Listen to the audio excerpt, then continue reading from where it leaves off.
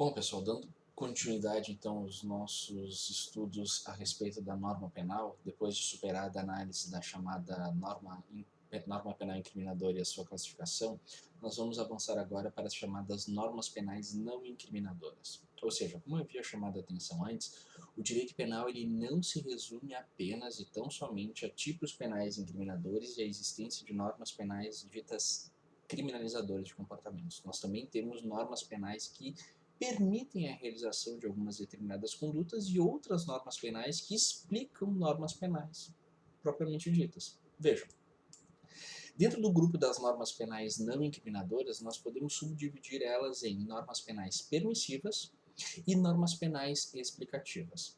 As normas penais ditas permissivas, elas são normas penais que indicam quais são os comportamentos que podem ser permitidos pelo ordenamento jurídico penal.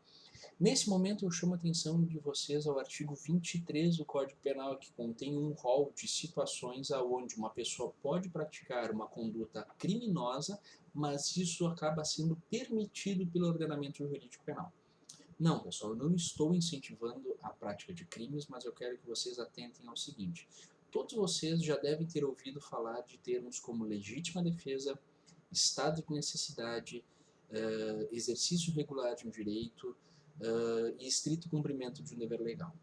Essas situações elas são regulamentadas pelo direito penal, portanto, estão sendo objeto de normas penais do direito penal.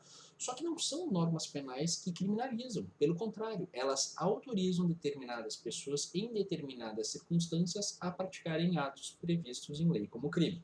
Por isso que nós estamos falando, principalmente no artigo 23, de um grupo de normas penais não incriminadoras de natureza permissiva.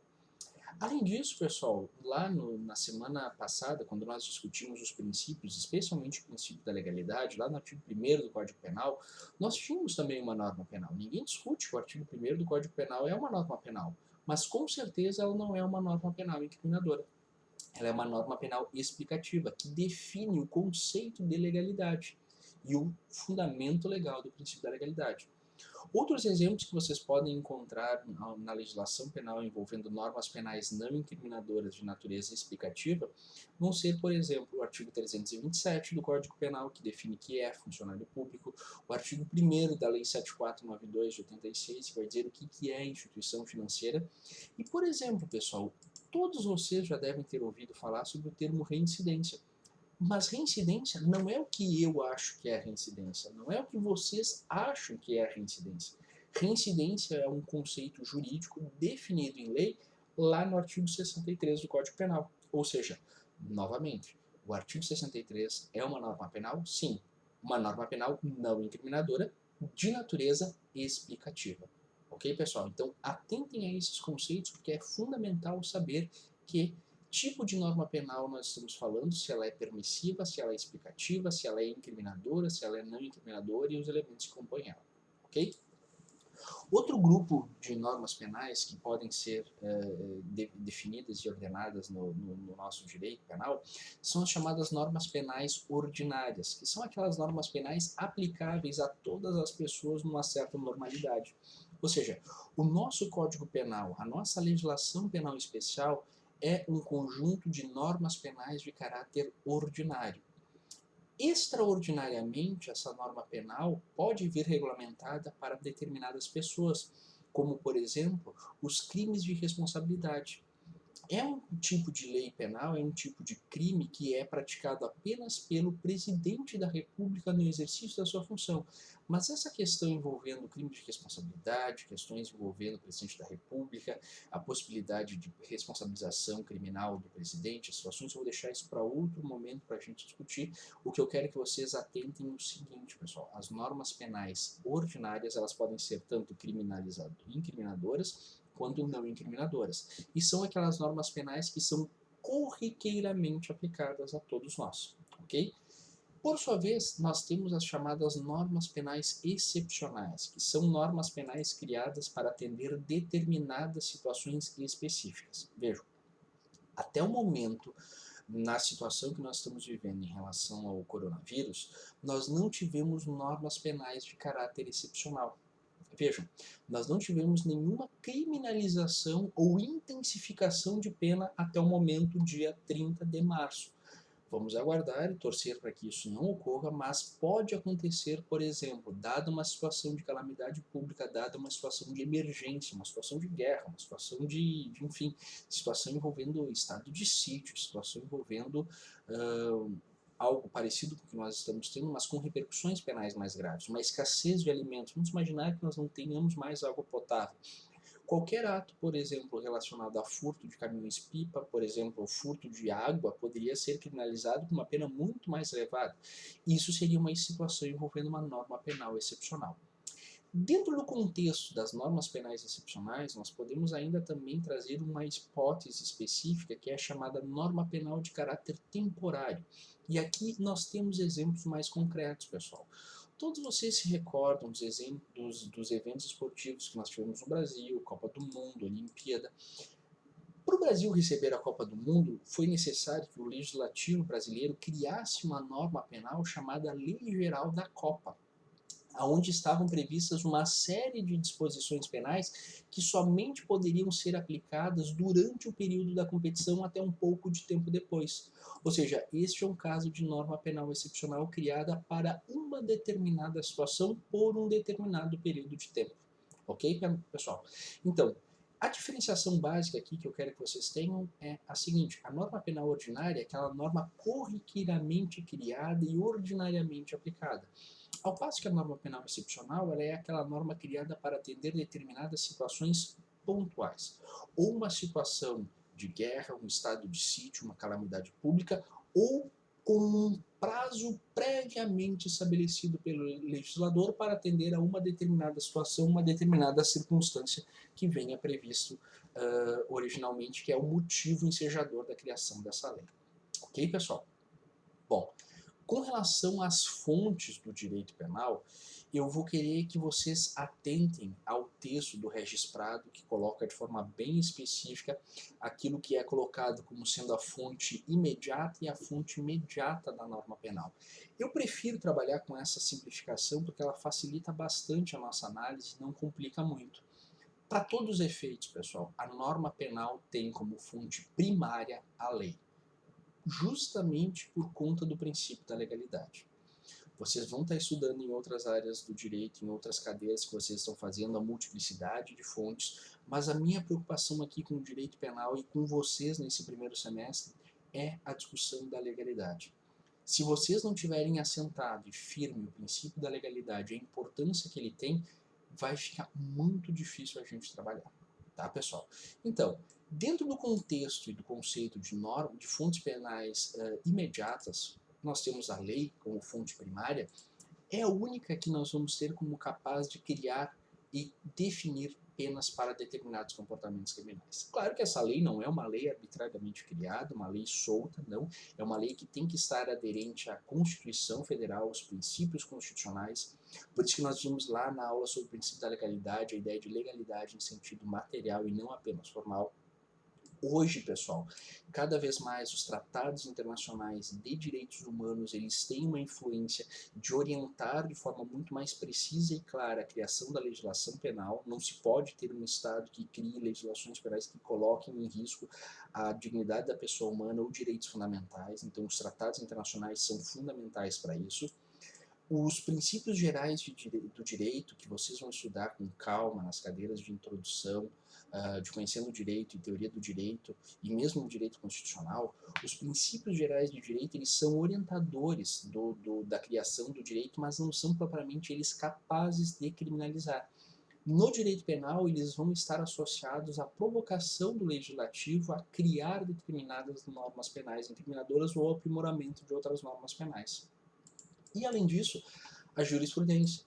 E dentro do contexto da jurisprudência, nós vamos ver que muitas vezes a jurisprudência orienta a aplicação da lei penal, delimitando de forma mais precisa e clara a criação de normas penais incriminadoras, especialmente a aplicação dela. Sobre jurisprudência, pessoal, eu quero colocar uma pulga atrás da orelha de vocês. Eu não vou cobrar nota disso aqui, não dessa atividade, mas talvez eu coloque ela ainda para a gente debater no fórum. ou se vocês quiserem trazer a discussão, a gente coloca. Mas eu não sei se vocês acompanharam, mas no ano passado o Supremo Tribunal Federal decidiu fazer uma ampliação da incidência do crime de racismo, da lei de racismo, para situações envolvendo homofobia. É uma discussão bastante interessante porque envolve a extensão de um tipo penal para situações que não são originalmente previstas, embora num contexto antidiscriminatório bastante complicado e complexo. Eu colocaria para vocês um exemplo de jurisprudência ou de julgamento, principalmente das Cortes Superiores, do Supremo Tribunal Federal, porque analisa a constitucionalidade material dessas criminalizações, como uma fonte importante na análise da extensão que alguns tipos penais passam a assumir a partir da interpretação que o Supremo Tribunal Federal acaba dando. Eu coloco para vocês aqui dois exemplos bem recentes que a gente poderia discutir muito tempo. O primeiro deles, a questão envolvendo a lei de racismo e as questões envolvendo a homofobia. E outro caso, o caso envolvendo a interrupção de gestação de feto anencéfalo, que é uma situação também bastante delicada que envolve limites do direito penal, embora o tipo penal lá previsto no artigo 128 venha só dito de forma genérica praticar aborto ou autorizar que pratique aborto sobre si. Ou seja, não vem especificadas as condições específicas desse feto. Então vejam como a jurisprudência ela acaba sendo importante para delimitar, e vejam, delimitar e não criar a proibição ou a determinação legal estabelecida em lei. Porque quem vai criar a lei é o Poder Legislativo, como nós vimos que é a fonte primária de normas penais, principalmente as normas penais incriminadoras. Uma perguntinha que eu coloco para vocês, pessoal. Pode o juiz simplesmente desconsiderar uma norma penal incriminadora por vontade própria, porque ele entende injusta essa lei? Resposta de forma bem categórica: não. Da mesma forma que nós temos a lei como fonte primária de criação, é também a lei a fonte primária de descriminalização de determinados comportamentos. Nós não podemos permitir que o legislador faça o que bem entenda como ele bem quiser. Ele está atrelado a limites da sua função jurisdicional e ele precisa respeitar esses limites. Tá, pessoal?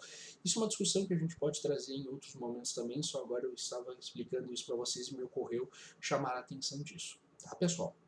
Bom, outra fonte do direito penal, e agora nós estamos entrando nas chamadas fontes imediatas ou subsidiárias da norma penal, tanto incriminadora quanto não incriminadora, são os casos da doutrina e dos costumes. Eles orientam e delimitam muitas vezes a criação de novas legislações penais e principalmente da atualização da legislação penal.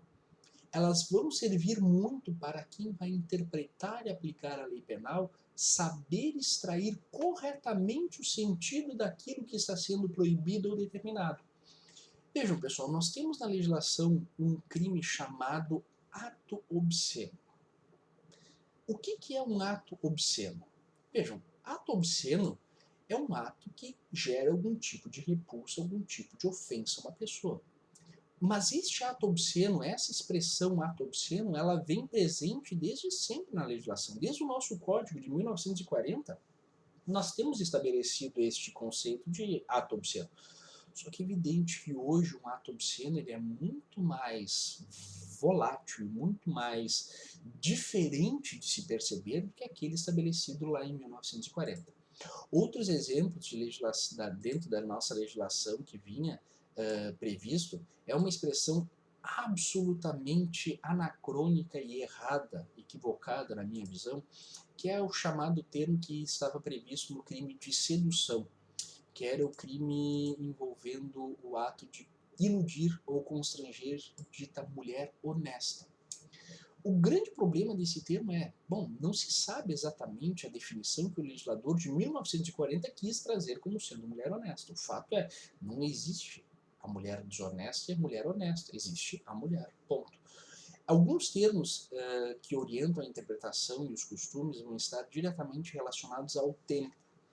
Vejam, uma obra literária de 1940 que falasse, por exemplo, de determinados temas, determinadas formas ou comportamentos, era visto como uma obra absolutamente ofensiva. Hoje em dia isso é muito mais relativizado, muito mais abrandado, e para uma conduta ser efetivamente violadora da honra, ou dos bons costumes, ou da moral, ela precisa de uma certa contundência mais evidente. Tá, pessoal? O que eu quero dizer com tudo isso, pessoal? Os costumes, eles são muito importantes para o direito penal. Contudo, apenas enquanto fonte subsidiária de orientação e subsídio na interpretação das normas penais. Tá, pessoal? Muito importante, então, normas ou fontes primárias imediatas à norma penal é a lei editada pelo Poder Legislativo, e as fontes imediatas ou fontes subsidiárias são aquelas relacionadas à doutrina e aos costumes. Ok, pessoal? Grande abraço, até mais, tchau, tchau.